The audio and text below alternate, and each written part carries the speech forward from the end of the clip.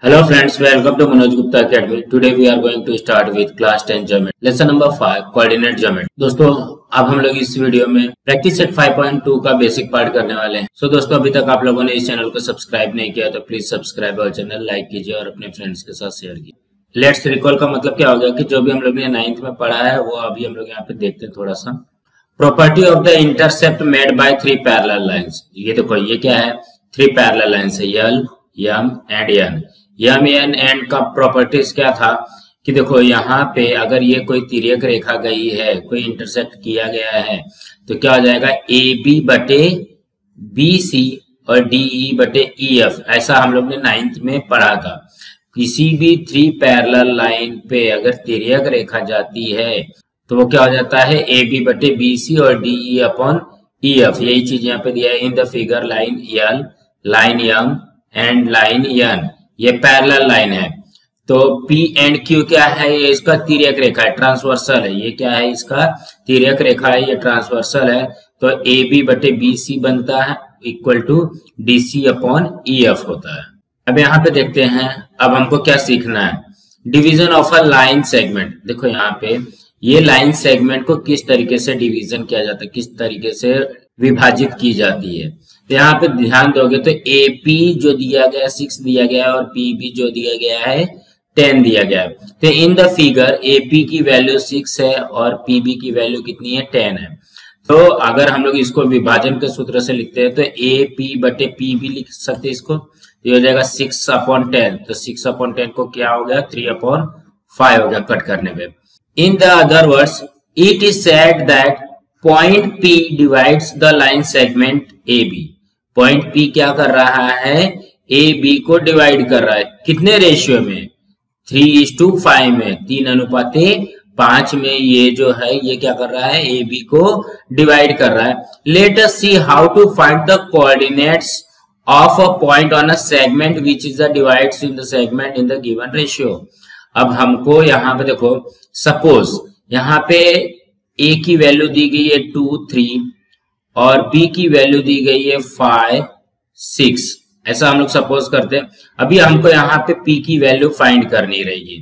तो अगर ये P की वैल्यू फाइंड करनी रहेगी, अगर हमको ये दिया गया है, इसका रेशियो दिया गया, तो हम लोग किस हिसाब से इसको फाइंड करेंगे। तो ये क्या हो जाता है, हमारा x1 y1 हो जाता है, ये होता है x2 y2 होता है। तो अब हमको ये जो P की वैल्यू है, ये P की वैल्यू हम कैसे फाइंड करेंगे। और हमको ये रेशियो भी दिया गया है, ये रेशियो कितना दिया गया है, 3:5 दिया गया है। अब हमको ये P की वैल्यू फाइंड किस तरीके से करते हैं अब हम यहाँ पे देखेंगे। तो इसको जब P की वैल्यू फाइंड करने के लिए हम लोग सबसे पहले क्या करते हैं, सेक्शन फॉर्मूला लगा लेते हैं। तो सेक्शन फॉर्मूला क्या होता है, उसको जो रेशियो के हिसाब से भागों में बांटने पर वो सेक्शन फॉर्मूला लगेगा। तो अगर हम लोग सबसे पहले ये ड्राइंग को देख लेते हैं एक बार। यहाँ पे देखोगे ये A दिया गया है, P दिया गया है और B दिया। यहाँ पे देखोगे A की वैल्यू सपोज दी गई है, B की वैल्यू दी गई है और हमको P की वैल्यू फाइंड करनी है। ये P की वैल्यू क्या करना है, फाइंड करना है। तो ये x1 y1 है, ये x2 y2 है और ये इसकी वैल्यू हमको फाइंड करनी है, P की वैल्यू फाइंड करनी है। जब P की वैल्यू फाइंड करनी रहेगी तो अभी देखो यहाँ पे ध्यान से, तो ये क्या है, ये C दिया है, ये Q दिया गया है, ये D दिया गया है। ये तो हम लोग ने 5.1 में हमने किया हुआ है। जब 5.1 में किया हुआ है तो अब इसको थोड़ा सा इसको इस हिसाब से इसको देखो कि ये क्या है, ये हमारा पैरेलल लाइन है और ये जो इस तरीके से बन रहा है ये वाली लाइन AB, या तो इसको ऐसे बना लो, ये हो गया तुम्हारा AB P और ये हो गया CQD। हाँ, और ये वाली लाइन क्या हो गई, ये पैरेलल लाइन हो गई और ये क्या हो गया, AP बटे PB और CQ बटे QD, जैसा कि अभी हम लोग ने इसके जस्ट पहले देखा था। तो अब यहाँ पे देखो, यहाँ पे जो भी इसकी रेंज रहेगी मीन्स जो इसकी वैल्यू रहेगी इसका अनुपात रहेगा, वही अनुपात इसका भी बनेगा। तो अब यहाँ पे हम लोग सॉल्व करते देखते कि कैसा इसको किया गया है। यहाँ पे देखो in the figure 5.13 point P on the segment AB in XY प्लेन। एक्स वाई प्लेन में पॉइंट P जो है वो AB भुजा पर स्थित है। Divide seg AB in the ratio m:n। ये किस पे डिवाइड कर रहा है? m एंड n पे, मतलब ये इसकी अनुपात पे हमको डिवाइड कर रहा है। तो draw segment AC PQ and BD। तो हमने AC PQ and BD draw कर लिया, मतलब ये परपेंडिकुलर है, इसका मतलब ये पैरेलल लाइन हो गया। तो perpendicular to the x axis. तो C की वैल्यू क्या है? C की वैल्यू है C x1 0 और Q की वैल्यू है x 0 और D की वैल्यू है x2 0। तो CQ का फॉर्मूला क्या बनेगा? अगर देखो हम लोग डिस्टेंस फॉर्मूला लगाते हैं इसमें, तो CQ का फॉर्मूला क्या बनता है? देखो यहाँ पे हमारे पास क्या रहता था? x2 माइनस x1 का square plus y2 minus y1 का स्क्वायर, ऐसे ही रहता था। तो x2 क्या है हमारा? x2 क्या बनेगा हमारा? x माइनस x1 क्या बनेगा? x1 का होल स्क्वायर प्लस ये y2 माइनस y1, तो ये 0 हो गया, 0 माइनस 0, तो ये हो जाएगा x प्लस x1 का स्क्वायर। तो ये जब भी रहता था तो हमारा किस में रहता था? अंडर रूट में रहता था। तो ये जब अंडर रूट में है, ये इससे कट गया, तो क्या बचेगा हमारा? x minus x1। सेम उसी तरीके से इसका भी करना है। तो x2 माइनस x का स्क्वायर प्लस 0 माइनस 0 का तो खत्म हो जाएगा, तो x2 माइनस x इसका भी आ गया। मतलब CQ की जो डिस्टेंस है, CQ की डिस्टेंस क्या आई? m equal to x minus x1 आया, और इसका आ जाएगा x2 माइनस, ये क्या आ जाएगा? x2 माइनस x आ जाएगा। तो यहाँ पे देखो सेगमेंट AC PQ और BD, AC PQ और BD ये क्या दिया गया है? ये हमको पैरेलल दी गई है। जब ये पैरेलल दी गई है तो इसकी जो वैल्यू आएगी वही वैल्यू तो इसकी भी हो जाएगी, AP की वैल्यू हो जाएगी, और PB की वैल्यू क्या हो जाएगी? x2 minus x।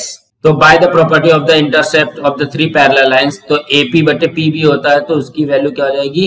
CQ की जो वैल्यू आई है, तो CQ की वैल्यू क्या आई थी? x माइनस x1 आया था, और QD की वैल्यू आई थी x2 माइनस x आया था। तो ये हमारा क्या बन जाएगा? m की वैल्यू बन जाएगी x minus x1 upon x2 minus x। यहाँ पे देख लो CQ की वैल्यू x माइनस x1 और x2 माइनस x, तो यही वैल्यू यहाँ पे पुट कर दिया है। तो यहाँ पे हम लोग क्या लिख सकते हैं? CQ इक्वल टू CQ के, देखो यहाँ पे भी लिखा है CQ की वैल्यू इतनी और QD की वैल्यू इतना, तो ये किसके बराबर हो जाएगा? m और n के इक्वल हो जाएगा। जब m और n के इक्वल हो जाएगा, इसको क्रॉस मल्टीप्लीकेशन कर दोगे। जब क्रॉस मल्टीप्लीकेशन कर दोगे तो n का multiply x minus x1 equal to m का मल्टीप्लाई x2 माइनस x। तो n x minus n x1 और यहाँ पे m x2 minus m x। तो यहाँ पे देखो ये n x है, ठीक है, ये माइनस m x यहाँ पे जाएगा तो प्लस हो जाएगा। तो एक्चुअल में इसने इसको ऐसा लिखना चाहिए था n x plus m x equal to m x2 plus n x1। तो यहाँ पे देखो ये n x plus m x है और इसी को m x plus n x कर दिया है, उल्टा लिख दिया है बस, और कुछ फर्क नहीं है। m x2 plus n x1। अब इसमें से क्या किया है? x को कॉमन ले लिया है, x को कॉमन ले लिया तो क्या बचेगा? m प्लस n, और ये सेम का सेम लिखा है। अब यहाँ पे हमको x की वैल्यू फाइंड करनी थी, तो x की वैल्यू फाइंड करने के लिए देखो ये पूरा का पूरा से क्या हो रहा है? मल्टीप्लाई हो रहा है, और यहीं पे आ गया ये डिवाइड हो गया। तो x की वैल्यू क्या होगी? हमारा x का फॉर्मूला क्या बनेगा? mx2 plus nx1 upon m plus n। Similarly drawing perpendicular from point A, P and B to the y axis. अगर y एक्सिस के लिए हमको निकालना रहेगा तो यहाँ पे सिर्फ क्या करोगे? x की जगह पे y कर दोगे। y equal to m y2 plus n y1 upon m plus n। देखो y equal to m y2 plus n y1 upon m plus n। तो ये हमारा फॉर्मूला हुआ। कौन सा फॉर्मूला हुआ? सेक्शन फॉर्मूला हुआ। So that coordinate of the points which is divided the line segment joining the point A की value दी गई है, B की वैल्यू दी गई है और उसकी रेशियोस दी गई है। तो हम लोग कौन सा फॉर्मूला लगाएंगे? x equal to mx2 plus nx1 upon m plus n, और y इक्वल टू हो जाएगा my2 plus ny1 upon m plus n। Second thing हमको क्या देखना है? Coordinate of the mid point of a segment. अच्छा, अभी यहाँ पे देखो इसके पहले वाले पार्ट में क्या था? A एंड B था, ठीक है, ए एंड बी था और यहाँ पे पी था, और इसको क्या बोला गया था कि ये जो है ये यम है और ये यन है, यम है और ये यन है। सपोज ये 3:2 है। अब यहाँ पे क्या दिया गया, मिड पॉइंट है। जब अगर सपोज ये मिड पॉइंट हो जाएगा, ये क्या हो जाएगा, ये मिड पॉइंट हो जाएगा, बी एकदम सेंटर में रहेगा, 3.2 ना हो करके एकदम अगर सपोज यहाँ पे सेंटर में है, तब इसका क्या बनेगा, 1:1 बनेगा इसका, क्योंकि मिड पॉइंट है, बी सेंटर एकदम सेंटर रहेगा, तो इसकी जितनी भी डिस्टेंस रहेगी वही डिस्टेंस इसकी भी होनी चाहिए। मिड पॉइंट में है, ये बीच में है, तो ये 1:1 बनेगा। इसका मतलब ये क्या हो जाएगा, यम इक्वल टू यन हो जाएगा, मतलब इसका और ये सेम रहेगा। सारी फॉर्मूला हमको वैसे रखना है, सिर्फ यहाँ पे यम और यन सेम हो जाएगा। और उसमें कैसा था, रेशियो था, यम और यन सेम नहीं था। If A x1 y1 and b x2 y2 are the 2 points, the p is a midpoint of the segment b ab, then m equal to n। तो हमारा m और n की वैल्यू क्या हो जाएगी, इक्वल हो जाएगी। So that values of x y can be written as, और हम लोग क्या लिखेंगे, अभी इसको कैसे लिखेंगे, हमारा सेक्शन फॉर्मूला क्या था, सेक्शन फॉर्मूला था x equal to m x2 plus n x1 upon m plus n था। तो यहाँ पे देखोगे ये n है, तो n क्या है, m के इक्वल है, तो n के जगह पे हमने क्या लिख दिया, m लिख दिया।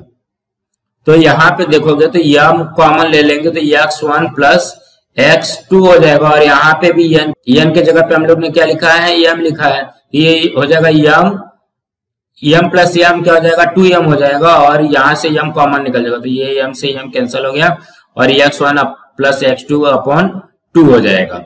इसका मतलब ये x की वैल्यू ये आ गई।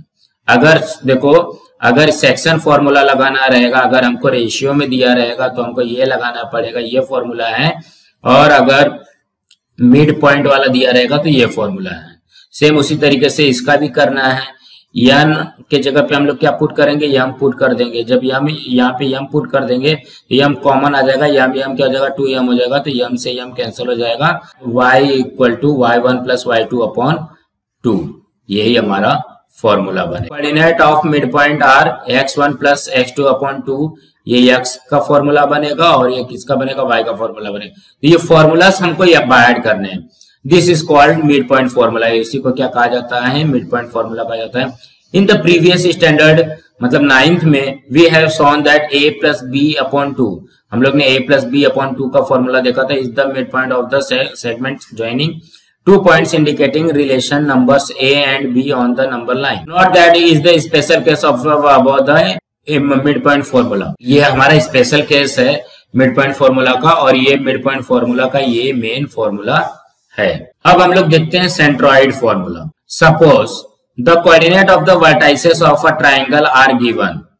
हमको ये ट्राइंगल का वर्टाइसेस दिया गया, मतलब x1 y1 दिया गया है, x2 y2 दिया गया है, ये तीनों की वैल्यू दी गई है। Then we will find the coordinate of the centroids of a triangle. ये जो इसका सेंट्रॉइड्स है, हम लोग ने 9th में पढ़ा है, हम लोग ने 9th में क्या पढ़ा है कि जो भी सेंट्रॉइड होता है, जो भी माध्यिका होती है, 2:1 के बराबर होती है। ये जो होगी वो क्या होगी, 2:1 के बराबर होगी, 2:1 होगा। तो यहाँ पे अगर हम थोड़ा सा ध्यान देते हैं तो ये 2:1 होने के लिए, जैसा अभी हमने जस्ट इसके पहले किया कि 2:1 रहेगा, तो ये क्या हो जाएगा, ये यम हो जाएगा और ये यन हो जाएगा, बट हमको इसकी वैल्यू नहीं दी गई। तो इसकी वैल्यू कहां से हम फाइंड करें, इसकी वैल्यू कैसे फाइंड कर सकते हैं, तो यहाँ पे देखोगे ये वाला इसके इक्वल रहेगा, तो बी और सी की वैल्यू से हम लोग इसकी वैल्यू फाइंड कर सकते हैं। और जब ये इसकी वैल्यू फाइंड कर सकते हैं तो ये दिया गया है, इसको 2:1 से सेक्शन फॉर्मूला लगा करके यहाँ पे जी की भी वैल्यू हम फाइंड कर सकते हैं। तो वही चीज यहाँ पे दिया है, इन ट्राइंगल एबीसी ए की वैल्यू दी गई है, बी की वैल्यू दी गई है, सी की वैल्यू दी गई है। ये वर्टाइसेस है। Segment A D is a median. A D क्या है, मीडियन है, मतलब ये 2 इक्वल पार्ट्स में डिवाइड कर रही है। और जी जो है इसका क्या है, सेंट्रॉइड है। जी ये जो पॉइंट है वो क्या है, सेंट्रॉइड है। D is the mid point of the line segment BC.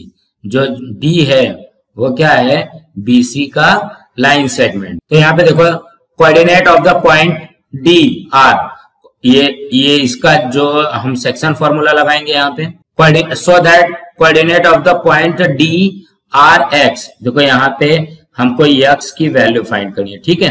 तो एक्स की वैल्यू फाइंड करने के लिए जो हमारा देखो ये मिड पॉइंट है, जब मिड पॉइंट है तो बराबर बराबर भागों में बांट रहा है, मतलब इसका भी रेशियो 1, इसका भी रेशियो 1। तो जब ये 1 1 हो जाएगा तो इसकी फॉर्मूला क्या बनेगी, x2 plus x3, x2 plus x3 upon 2। इसके लिए आ जाएगा y2 plus y3 upon 2, y2 plus y3 upon 2 mid point theorem से। तो पॉइंट जी क्या हो जाएगा, पॉइंट जी जो है, अभी हमको जी की वैल्यू निकालनी है, तो जी की वैल्यू के लिए सेंट्रॉइड ऑफ अ ट्राइंगल है ये, और ए जी इसका रेशियो दिया गया है A G upon G D, इसका रेशियो कितना दिया है 2:1।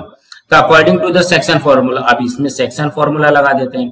तो सेक्शन फॉर्मूला क्या बोलता है, सेक्शन फॉर्मूला ये हमारा क्या बना, ये x1 होगा और ये जो ये पार्ट है ये क्या होगा x2 होगा, क्योंकि x के इक्वल है, ठीक है। और ये जो है ये y का वैल्यू होगा।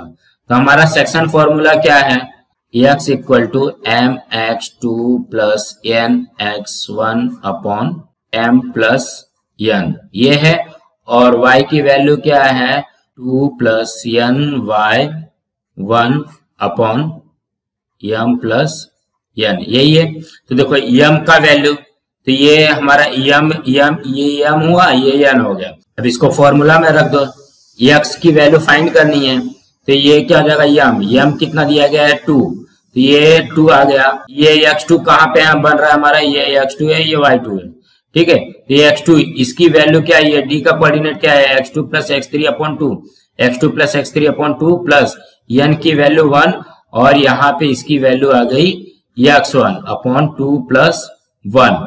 ये 2 से ये 2 कैंसल हो जाएगा, तो हमारे पास बचेगा क्या x2 plus x3 plus x1 upon 3 बचेगा।